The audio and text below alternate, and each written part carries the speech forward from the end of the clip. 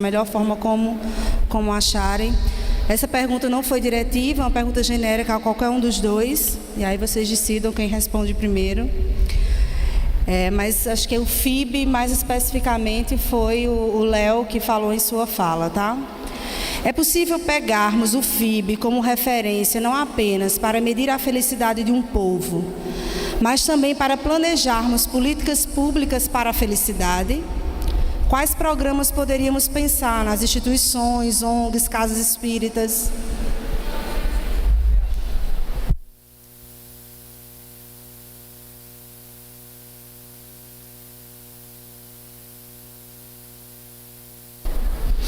Alô? Pronto. Pois é, uma excelente pergunta e muito atual. De fato, várias nações do mundo têm se interessado pela aplicabilidade em políticas públicas, né, em como transportar o FIB para a economia, em tomada de decisões governamentais, de tal modo que, há alguns anos, a ONU fez, inclusive, um seminário, um encontro para poder discutir este novo marcador.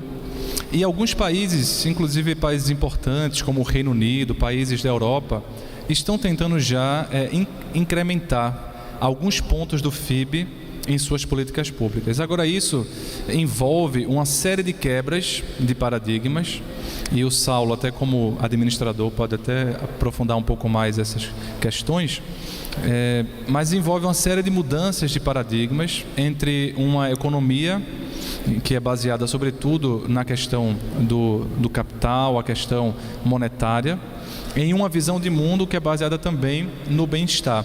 Então, são temas de estudos que estão sendo discutidos. Algumas nações, como o Reino Unido, né, na verdade a Grã-Bretanha, tem tentado colocar alguns pontos desse FIB, mas a ONU já fez um encontro, inclusive, em vários países, com vários países, e o Butão, né, sendo um dos pioneiros. Se você, inclusive, colocar FIB, Felicidade Interna Bruta, na internet, ou especificamente em algum site de busca, você vai encontrar o site lá do FIB oficial, com algumas medidas, com algumas possibilidades. Então, são temas de debates. Quando eu estava descendo no intervalo, um jovem, por exemplo, me procurou e disse: Léo, no meu mestrado, eu vou tentar estudar isso, isso e isso. Vou tentar estudar já o FIB.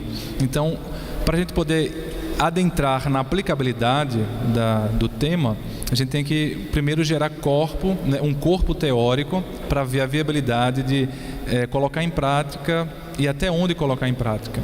Por exemplo, na minha área da saúde, eu citei a psicologia positiva, mas também existem já algumas figuras da psiquiatria, alguns médicos psiquiatras se interessando em estudar.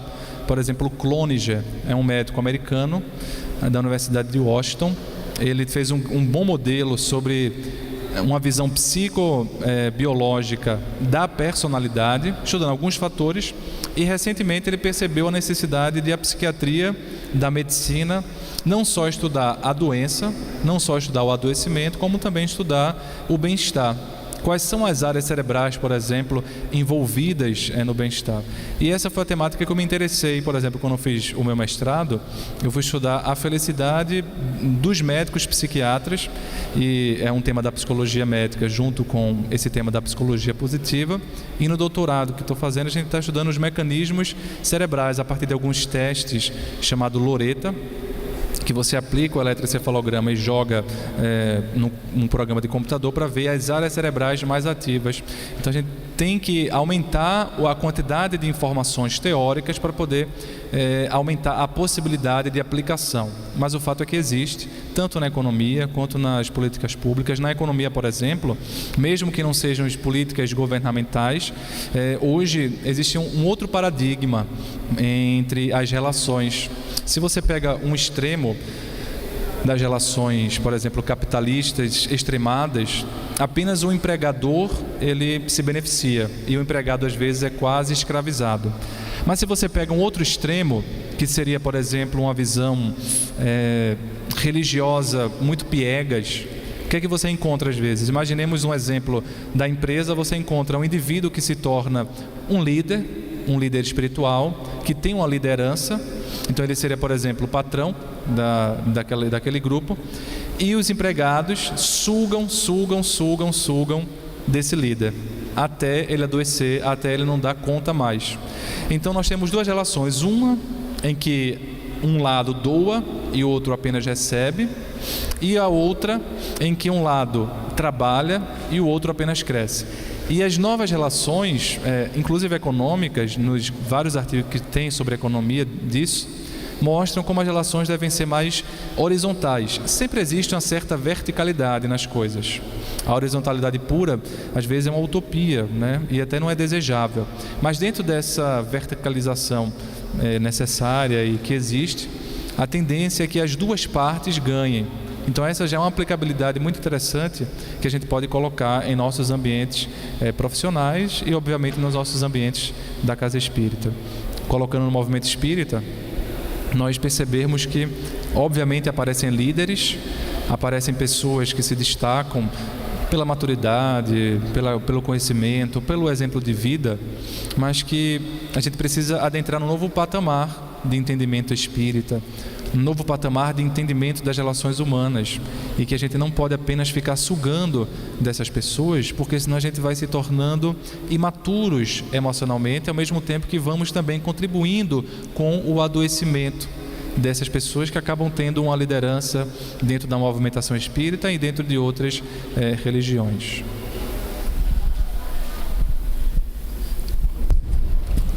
Agora uma pergunta que foi feita para Saulo. A sociedade da época do Cristo tinha capacidade para compreendê-lo, ou suas palavras seriam para a posteridade? Eu acho interessante que quando a gente reflete um pouco sobre a vinda do Cristo, ele escolheu uma sociedade judaica porque ela já tinha uma base estabelecida. Era o único povo efetivamente monoteísta da época. Já tinha sido feito um trabalho. E quando a gente olha a mensagem do Cristo, que ele utiliza aquela cultura, ele reveste, é preciso que a gente separe duas coisas muito diferentes. O que faz parte da cultura, da língua, da história da época, e o que é a essência da mensagem de Jesus. Quando nós não fazemos esse exercício de retorno para entender essa sociedade, a gente acaba ficando na superficialidade. E aí a gente acaba pensando na mensagem do Cristo como uma mensagem que ela é temporalmente localizada, e ela é, na sua roupagem, uma mensagem temporalmente localizada. Mas na essência é aquilo que a doutrina espírita nos ensina. Ela é, de fato, uma mensagem para o espírito imortal. Para chegar e para compreender, nós temos hoje vários recursos para compreender a sociedade da época do Cristo, e hoje nós conseguimos efetivamente, com as luzes da doutrina espírita e de outros estudiosos, resgatar essa essência da mensagem de Jesus e aplicar para nós hoje em dia, que vivemos uma sociedade muito diferente daquela época. A gente não vai voltar aos patamares daquela sociedade, porque aquela sociedade ela está temporalmente localizada, mas a mensagem do Cristo ela pode ser aplicada em todas as circunstâncias da nossa vida. Bem, a outra pergunta, pediram que eu viesse para o lado de cá para facilitar o pessoal da filmagem. Como pensar em investir em felicidade como projeto educativo? E aí poderia a contribuição, né, dos dois, né, nessa pergunta. Como projeto educativo.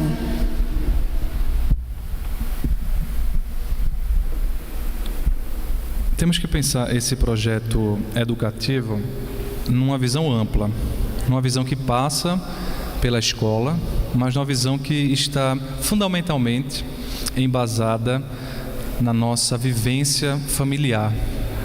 Tendo uma filha de 1 ano e 9 meses, tem 1 ano e 8 meses e alguns dias, quase 1 ano e 9 meses, a gente vê como é importante a presença do pai e da mãe nesse processo de formação do psiquismo. Mas é um espírito que tem outras trajetórias, que já traz uma bagagem. é um espírito que traz essa bagagem, mas que vem nessa existência para passar por uma reeducação, ou no sentido de aprimorar ainda mais e algumas pessoas conseguirem ter tarefas muito relevantes, ou no sentido de consertar ou endireitar algo, enfim, modelar alguma coisa. Não dá para esperar que esse projeto educativo, visando o bem-estar ou a felicidade, numa fala mais própria, comece apenas num projeto educativo, pedagógico, escolar. Porque mesmo que a criança vá hoje para as escolinhas, que são quase creches, né? Na verdade são creches com outras denominações, em que a criança já vai muito cedo, mas mesmo que vá com 6 meses, dentro da barriga da mãe, ela já está ali respirando o fluido da casa. Ela está não só se conectando com a mãe, a partir das trocas de alimentação, das trocas sanguíneas que existem através da placenta, mas também respirando a energia, o psiquismo, a psicosfera do ambiente. E aí entra também um pai, que mesmo que não esteja trocando substâncias, nutrientes do ponto de vista sanguíneo com o bebê, está trocando sim essas impressões. E começar a educar o bebê, a criança, não é necessariamente apenas começar a falar. Quando a gente escuta às vezes essa explicação dentro do Espiritismo de que devemos começar a educar nossas crianças desde a barriga da mãe, desde o ventre materno, a gente às vezes acha que deveremos fazer um sermão do monte desde a barriga da mãe, ou acha que devemos fazer apenas leituras. São coisas importantes, mas nesse momento o que o psiquismo registra sobretudo é a qualidade da vibração fluídica. Então não é apenas o que eu falo, mas é como eu vivo no meu lar. Não é apenas o que eu transmito, mas como eu transmito. Por exemplo, quando você vê alguns estudos da fonoaudiologia, por exemplo, com a linguagem infantil, com a linguagem da criança, você vê o verdadeiro bebês, né? Assim, o bebezês, na verdade. Porque às vezes você fica assim, falando guti-guti, etc., e a criança ri. Mas você pode falar um bocado de palavra feia, mas se colocar em entonação legal, ela também não vai entender. Ela vai entender muito mais a forma que você transmite.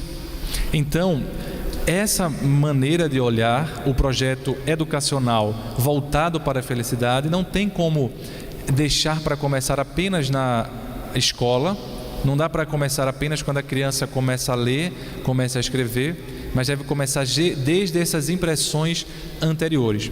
Eu tive uma experiência muito interessante quando estava visitando um irmão que mora em Londres, e isso já faz muitos anos. E naquela altura, o pessoal, sabendo que eu fazia palestra, pediram para eu fazer algumas palestras em algumas casas espíritas lá em Londres. Então a gente visitou umas 5 casas fazendo palestras. Não tínhamos tradução simultânea. A maior parte do movimento espírita no exterior é constituído por brasileiros ou pessoas que entendem o português, e então a gente falava em português. Algum outro centro naquela época, isso mais ou menos em 2006, por aí, 2007, um outro centro espírita é que tinha 2 reuniões públicas simultâneas. Uma reunião pública em português, onde ficavam hispânicos, onde ficavam portugueses, brasileiros, e outro encontro, geralmente uma reunião, né, em que ficavam se falando em inglês. Obviamente que poderiam entrar também brasileiros e hispânicos, mas eram 2 reuniões, uma em português e outra em inglês.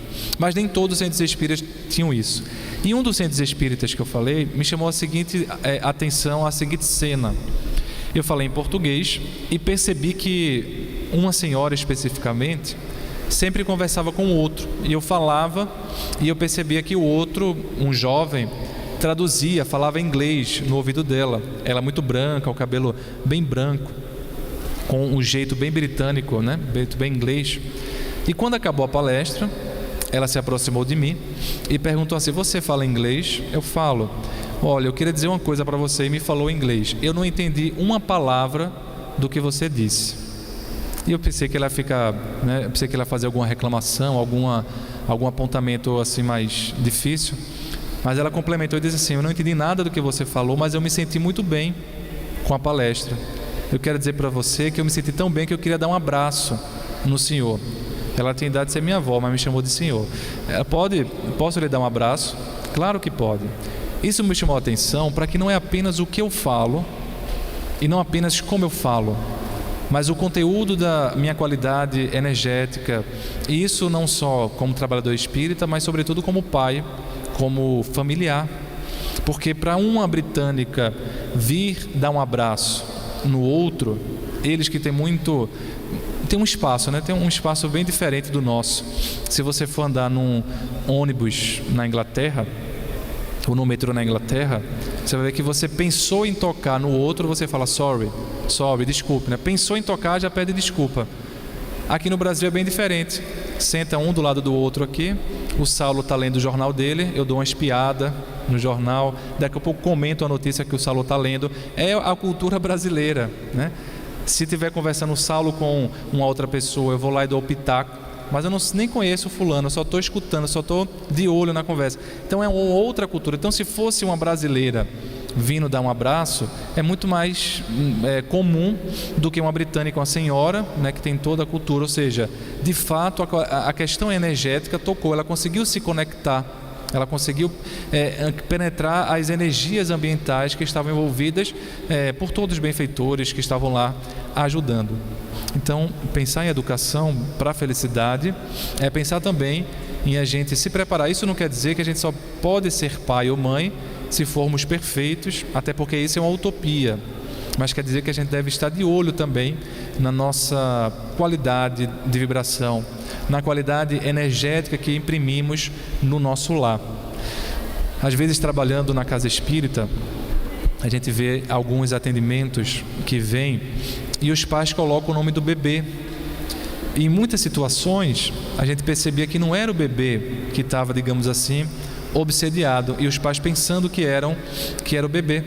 Mas às vezes era a própria família, os próprios pais que não deram conta da mudança, porque é muita mudança quando a criança nasce. É um novo ciclo que a família entra.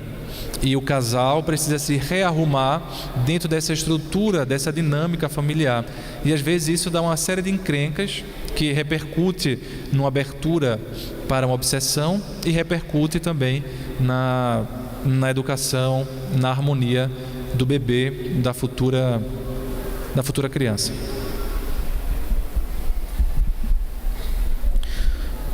Eu acho interessante quando a gente fala de educação, a gente lembrar que o codificador da doutrina espírita foi um educador. Allan Kardec era, na sua profissão, na sua formação, um educador. Ele chegou a escrever muitos livros relacionados à educação na França, escreveu até um plano de educação para as escolas francesas. Um livro sobre gramática do francês que ele escreveu foi publicado até a década de 60 do século passado, muito tempo depois da desencarnação de Allan Kardec. E Allan Kardec trata da questão da educação dizendo que o seguinte: a educação é a arte de formar caracteres, é a arte de incutir hábitos, mas não é a intelectualização e não é aquela moral dos livros, mas a maneira de ser da pessoa. Quando Kardec coloca a educação nesse patamar, o projeto educacional com o objetivo a felicidade humana está relacionado a desenvolver na criatura hábitos relacionados à sua felicidade.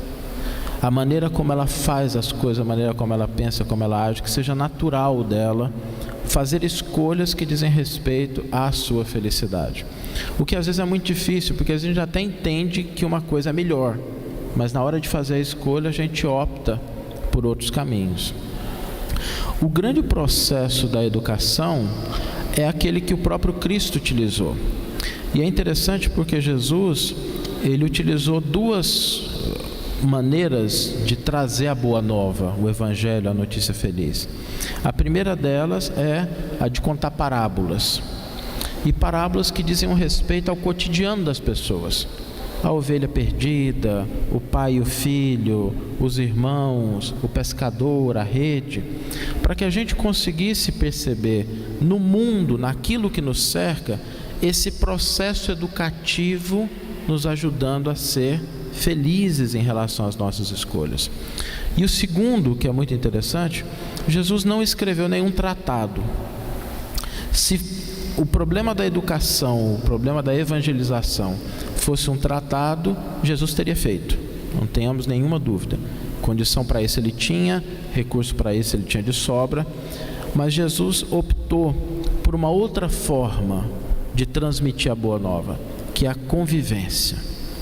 Jesus escreveu a sua mensagem no que há de mais imperecível no universo, o coração da criatura humana. Por isso, se nós queremos começar um projeto de educação com vistas à felicidade, lembremos-nos que não é lá fora, não é no amanhã, não é no ontem. É aonde nós estamos, com as pessoas, circunstâncias que nos cercam e, sobretudo, convivendo, interagindo. Os maiores desafios da nossa sociedade é da gente criar bases de convivência que sejam enriquecedoras para pais, filhos, cônjuges, amigos, porque é nessa convivência que nós vamos encontrar esse projeto que já é muito antigo, de que a gente seja realmente feliz. O Saulo estava falando, eu lembrei de uma outra coisa que eu acho importante. Assim, a gente falou enquanto pai, enquanto relacionamento, e eu lembrei enquanto professor, né? Como é que a gente, enquanto professor, talvez a pessoa que perguntou, enfim, seja da área pedagógica, e eu queria contar 2 fatos. Um deles eu pedi a permissão, porque era uma jovem que eu conheci pelo tratamento da depressão dela, e ela via muito bem, né? E ela me contou assim com muita raiva: ah, doutor, eu fiquei muito chateada com minha professora, porque ela chegou no início do ano, ela estava agora bem, estava na fase chamada de manutenção do tratamento, sem sintomas, apenas esperando para solidificar a melhora biológica, etc. E ela me falou que a professora, logo no início do ano, falou o seguinte: vocês têm que saber o que vocês vão fazer no vestibular. Ela tinha apenas 14 para 15 anos. Estava começando agora, né, esse processo todo. E a professora então argumentou: vocês têm que saber, para que não aconteça com vocês o que aconteceu com uma pessoa que eu conheço. Era um jovem brilhante, estudioso, mas muito indeciso. Colocou engenharia lá na Universidade Federal de Pernambuco, passou em engenharia na Universidade Federal de Pernambuco, cursou 2 anos o curso de engenharia e depois viu que não era isso que queria, ele não estava satisfeito. E aí ele abandonou o curso e foi fazer outra coisa que era o sonho dele. Então, olha, vocês não podem fazer isso. Ele perdeu tempo. Eu achei essa fala altamente inadequada. E essa jovem também. E ela falou assim: eu fiquei com muita raiva, doutor, porque ela própria, enquanto estava com depressão, ela acabou não conseguindo ter um rendimento escolar muito bom, demorou a procurar ajuda e atrasou, né? Repetiu 1 ano. E ela então estava escutando a professora dizer: você perdeu 1 ano. Mas o que é 1 ano diante de uma pessoa tão jovem? E ela então me falou: mas doutor, eu sou tão jovem ainda. Então veja que sensatez dessa adolescente. O senhor acha que eu estou errado de ter raiva ou de não concordar com essa fala? Eu falo: você está certíssimo, eu respondi para ela. Porque ainda nós somos muito jovens. E lembrei uma música de Legião Urbana, né, que fala tempo perdido. E o refrão diz assim: não foi tempo perdido porque somos ainda muito jovens. E mesmo que a gente perceba alguma dificuldade na vida, no estágio mais tardio da vida, pensando no que o Saulo falava da vida imortal, das várias existências, nós ainda também temos um tempo para recuperar. Isso não é um convite à preguiça, não é um convite a deixarmos para depois, como muito bem lembrado na fala do colega, mas é uma reflexão para que a gente não fique tão angustiado se um ponto não deu certo como a gente queria, porque essas comparações e essas cobranças indevidas a partir de parâmetros que a gente estabelece e que são muitas vezes arbitrários, geram muito mais angústia e tem gerado muito mais angústia nos nossos jovens, nas nossas crianças, e não é à toa que a gente vê hoje tanta criança com 6, 7 anos, ansiosa, preocupada, extremamente preocupada para dar conta da agenda dela. E de fato é uma agenda extenuante, não tem tempo mais para brincar. Então, enquanto professores, a gente tem que ter muito cuidado na nossa fala e não esperar apenas que seja uma mudança no projeto brasileiro de educação, mas você, enquanto professor, enquanto em sala de aula, você tem um papel fundamental, porque às vezes você pega crianças, adolescentes que você não sabe os dramas que tem passado.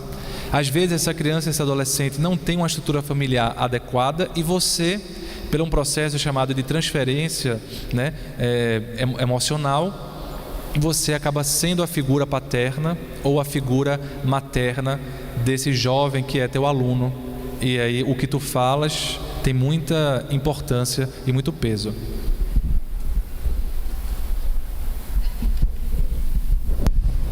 Uma outra pergunta que foi lançada: tendo o espírito uma caminhada evolutiva individual por excelência, como enxergar as mais variadas configurações das relações afetivas em busca da felicidade à luz da doutrina espírita? Eu acho interessante quando a gente acha que a nossa felicidade, principalmente nas relações afetivas, vai ser trazida pelo outro, e a gente coloca sobre ombros alheios a responsabilidade de nos fazer felizes. E quando a gente toma essa postura, ela é meio caminho andado exatamente para o contrário do que a gente espera. Da gente encontrar a felicidade, normalmente a gente encontra o sofrimento, porque cada criatura tem a sua cota de desafios, tem as suas preocupações, tem as suas necessidades. E quando nós buscamos a felicidade nas relações afetivas, achando que o outro é capaz de trazer isso para a gente normalmente pensa no outro como sendo um modelo, um padrão. E é interessante que na fase da juventude, eu converso muito com jovens, e os jovens naquele momento idílico, naquele momento primaveril, fecham os olhos para a realidade do outro e começam a construir aquilo que eles gostariam que o outro fosse. E eu já ouvi frases assim de que, não, tem lá seus defeitos, mas quando casar muda. E sempre muda, né? Muda para pior. É natural, porque depois da fase da campanha, eleito uma vez, os compromissos. O casamento é meio que mais ou menos o making off do namoro, não é? Porque aí aquela moça que chegava cheirosa, bonita, o rapaz era pontual, aí o rapaz vai descobrir como é que ela ficava bonita. E não é um processo agradável, né? Às vezes você tem aquelas máscaras brancas, as rodelas de pepino. Na minha época tinha um negócio chamado bobs. Graças a Deus não existe mais hoje, né? Hoje é chapinha, é muito mais chique. Mas a verdade é que a convivência, ela não pode se dar na base das expectativas em relação ao outro. O que torna um casamento, uma relação afetiva feliz, são as escolhas diárias que nós fazemos. Eu às vezes converso com casais que estão há 15, 20 anos casados, e tanto a mulher quanto o homem diz assim: depois de tanto tempo eu acordei de manhã, olhei para o lado e não reconheci a pessoa com quem eu me casei. E a gente fica pensando assim, será que ela não pode ter pensado que 15 minutos antes o outro pode ter acordado, virado para o lado oposto e também não ter reconhecido com quem se casou? Porque nós nos transformamos, nós mudamos, nós temos diferentes papéis. Quando nós nos colocamos numa relação afetiva, ela não é estática, ela não é algo que está relacionado ao outro. Ela está relacionada à nossa disposição de conviver e de crescer, de caminhar junto, com dificuldades, com desafios, mas é essa jornada que faz a diferença. É você olhar para o outro e não ficar buscando a estética. Eu tenho um amigo que ele já está no 3º casamento, E ele diz assim: eu não sei por que as mulheres me abandonam, porque eu sou o marido perfeito. E aí eu perguntei para ele, né, porque eu sou casado, eu também tenho interesse em saber como é que é isso. Ele falou assim: não, sempre que a minha esposa tem um problema, ela começa a falar, eu já sei qual que é o problema e dou a solução. E aí elas ficam irritadas comigo. Eu falei: mas é porque mulher não quer saber a sua opinião, ela quer que você a escute. Ela já sabe o que tem que fazer, ela quer alguém para compartilhar da sua ideia. É mais importante você assumir o papel de ouvir do que de dar uma solução, de ser um companheiro do que ser alguém que vai dar a solução para o problema.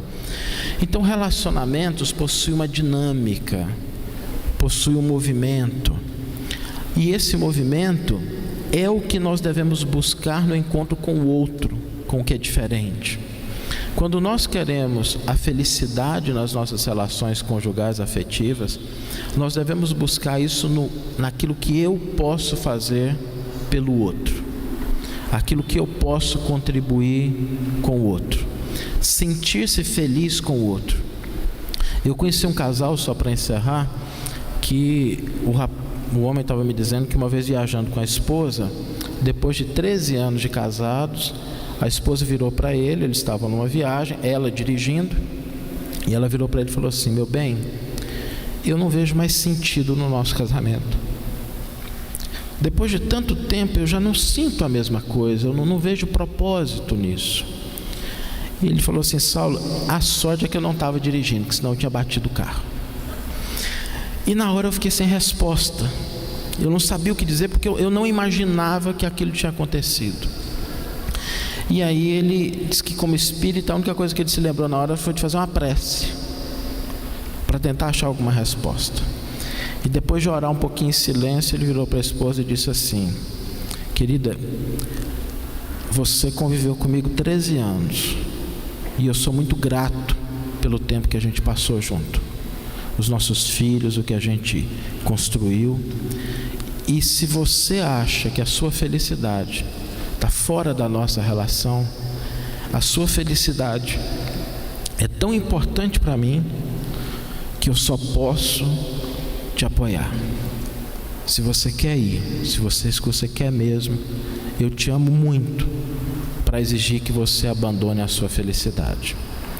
Algumas semanas depois eu conversava com a esposa e ela me disse assim: Saulo, eu nunca me senti tão amada quanto naquele momento, porque até então eu achava que ele não prestava atenção em mim, e era isso que estava destruindo a nossa relação.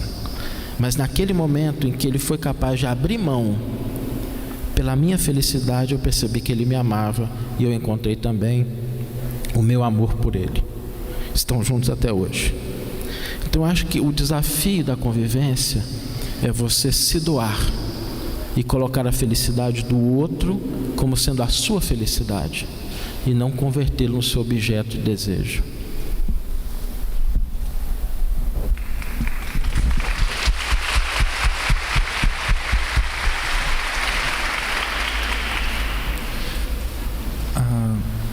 A questão é muito oportuna e levanta também uma reflexão sobre como conciliar, né, a questão de nós termos uma independência e devemos ter essa independência do ponto de vista de buscar a nossa felicidade. Como conciliar isso com a visão da lei de sociedade que o Espiritismo nos apresenta? E um dos grandes pontos que precisamos entender é que nós não somos autossuficientes, mas temos autonomia. Autossuficiência e autonomia são pontos diferentes. Então, quando eu estou colocando a minha felicidade na dependência do outro, no outro especificamente, eu estou colocando também a autonomia da minha vida no outro, na dependência do outro, e estou, portanto, confundindo, e certamente vou entrar num processo de dor mais cedo ou mais tarde, porque é até um pouco egoísta de nossa parte colocar toda uma série de desejos, toda uma série de cobranças para que o outro faça o que nós desejamos para ser feliz, e acabamos ficando numa postura muito de cobrar e não de doar. Então, nós não temos autossuficiência. Para podermos crescer, nós precisamos uns dos outros no sentido coletivo. É por isso que nos juntamos em sociedade, é por isso que nos juntamos em família, é por isso que acabamos nos casando, etc. No entanto, nós temos, apesar de não sermos autossuficientes, para não cairmos numa prepotência e não cairmos no isolamento da vida, nós temos sim uma autonomia e devemos ter esta autonomia, inclusive do ponto de vista emocional. Isso não quer dizer que sejamos pessoas frias, devamos buscar uma frieza emocional, mas devemos também parar para pensar nessa perspectiva. Porque o outro, porque minha esposa, porque o meu marido também tem a obrigação de satisfazer sempre os meus caprichos. E isso vai sendo uma construção que vamos aprendendo ao longo do tempo. E uma coisa que a gente vai aprendendo nesses anos, inclusive de matrimônio, é que depois desse encantamento que o colega nos falou, vem a realidade das coisas. Nem eu sou um príncipe, nem ela é uma princesa. Porque quando você olha o outro no namoro, numa paquera, você não está olhando o outro. Você está olhando as suas expectativas, o seu ideal de mulher, o seu ideal de homem, ou seja, todos os seus desejos. Você está olhando o outro idealizado. E depois, com o tempo, com a convivência, é que vem de fato o que o outro é. Por isso as decepções, as desilusões, porque até então, nesse primeiro contato da paquera, do namoro, era muito mais o que você desejava, o que você via, do que de fato, e o que o outro mostrava em algumas situações. Mas às vezes o outro é honesto também, ele também é sincero, ele não é um manipulador, não é um etc, etc. Mas mesmo assim existe essa idealização natural nesse primeiro momento, e aí a gente vai tendo uma mudança inclusive da forma de amar ao longo do tempo.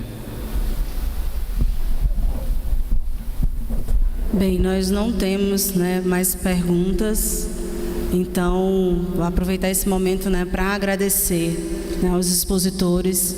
Acho que por essa reflexão de analisarmos esse conceito de felicidade de maneira mais ampla, como uma conquista pessoal, como uma luta de convivência familiar, mas também numa perspectiva mais ampla, no agregar-se em comunidade, no agregar-se em grupo,